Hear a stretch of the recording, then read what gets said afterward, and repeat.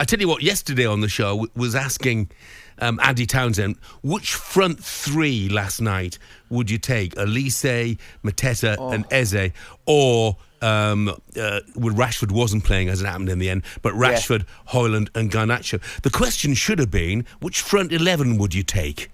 Because they would have all been Palace players, wouldn't they? Oh, without doubt, Jeff. I mean, it was...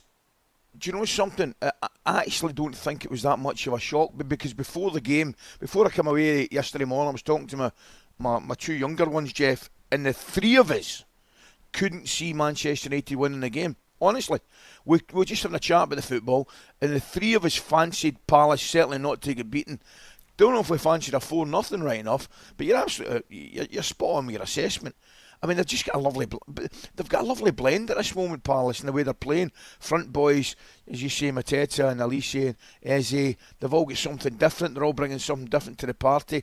I mean, the boys in the middle of the park, they're solid at the back. And Manchester United, Jeff, dear me.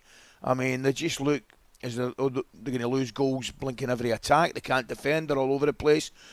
Confident shot to pieces. I don't know what's happened to Casemiro. Dear me.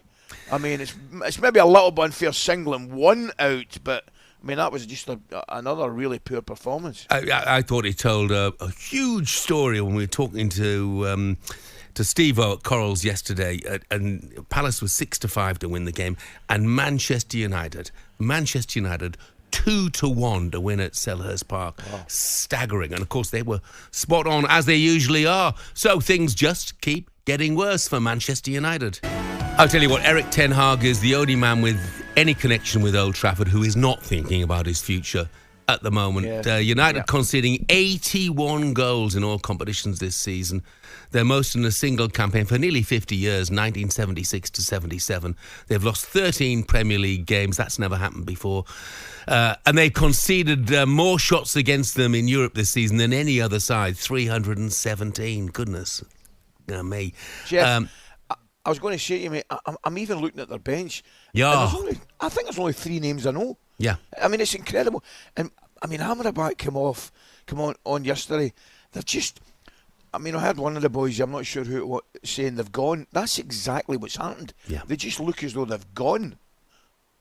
We'll ask the question during the course of the morning, how have they got into this situation? Look, let's be straight. Two things, first of all. Palace, brilliant. Of course. Manchester United injuries, terrible. But nevertheless, there was no excuse for a performance like that. It's all pretty grim for Ten Hag. That is for sure. And I say other people may not be thinking about his future, but he certainly should be. You're talking about the worst team performance and the players. What responsibility do you have? Yeah, that is my responsibility to. So I have to take this responsibility that the team was not playing like I expect them to play. Do you worry about your future?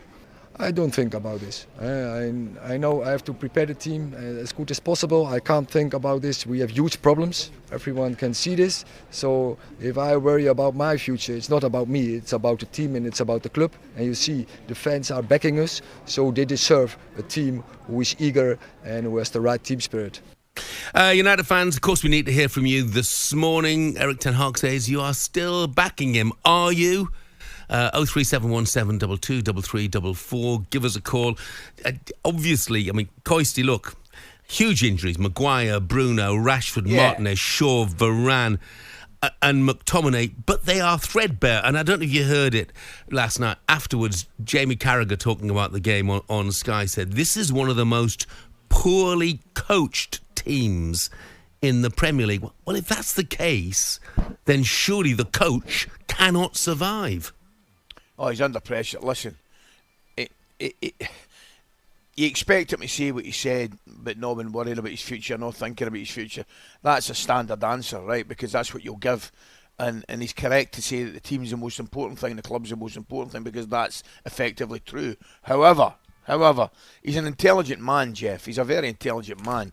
And he knows that level of performance will get him the sack. It's simple. I mean, that level of performance will not keep a manager in a job. In terms of being poorly coached, I just don't think there's any life about them at all, and I don't even think that's a coaching problem. I just don't think there's any self-motivation from the players looking at them. There's no real desire, I mean, which is probably as big, if not the biggest criticism you can level at a player. I think, Jeff, you can compensate and allow for a poor level of performance. You know, some things not going your way, but you cannot compensate or allow a level of performance which looks lackadaisical. It looks as if there's no energy about it, there's no desire about it. That's, for me, a far, far bigger problem.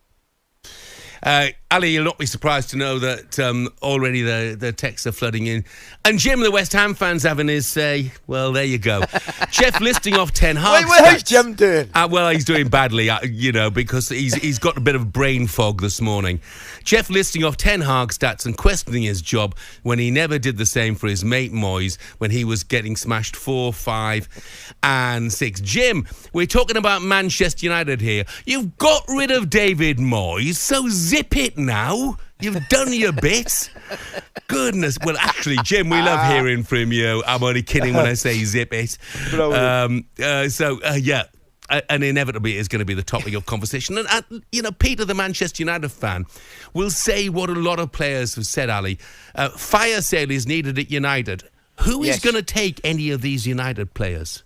Oh, that's the problem. That's the problem. And you know better than me, Jeff, it's harder to get players that are under contract out the door if they're happy on a good salary and a good wage. You've then got the problem of, what entices them to move. In some cases, there will be desire to go and play somewhere else and re-kick-start their careers at other places, which should be the case, perhaps with some of the younger ones. But I mean, if you're Casemiro and some of the older boys, and you're on a right few quid, I mean, how do you get rid of them, Jeff? I mean, simple. I mean, they will not move. So you've then got a big problem. Because in an ideal world, yes, there has to be a total transformation within that playing squad. Probably as big a transformation, perhaps, as Manchester United have ever had. But it's easier saying it, it's harder doing it. Yeah, absolutely correct. Casemiro, 2 more years on his contract. talkSPORT Breakfast, waking you up Monday to Friday morning from 6 a.m. on AM, on DAB, via the talkSPORT app and on your smart speaker. talkSPORT.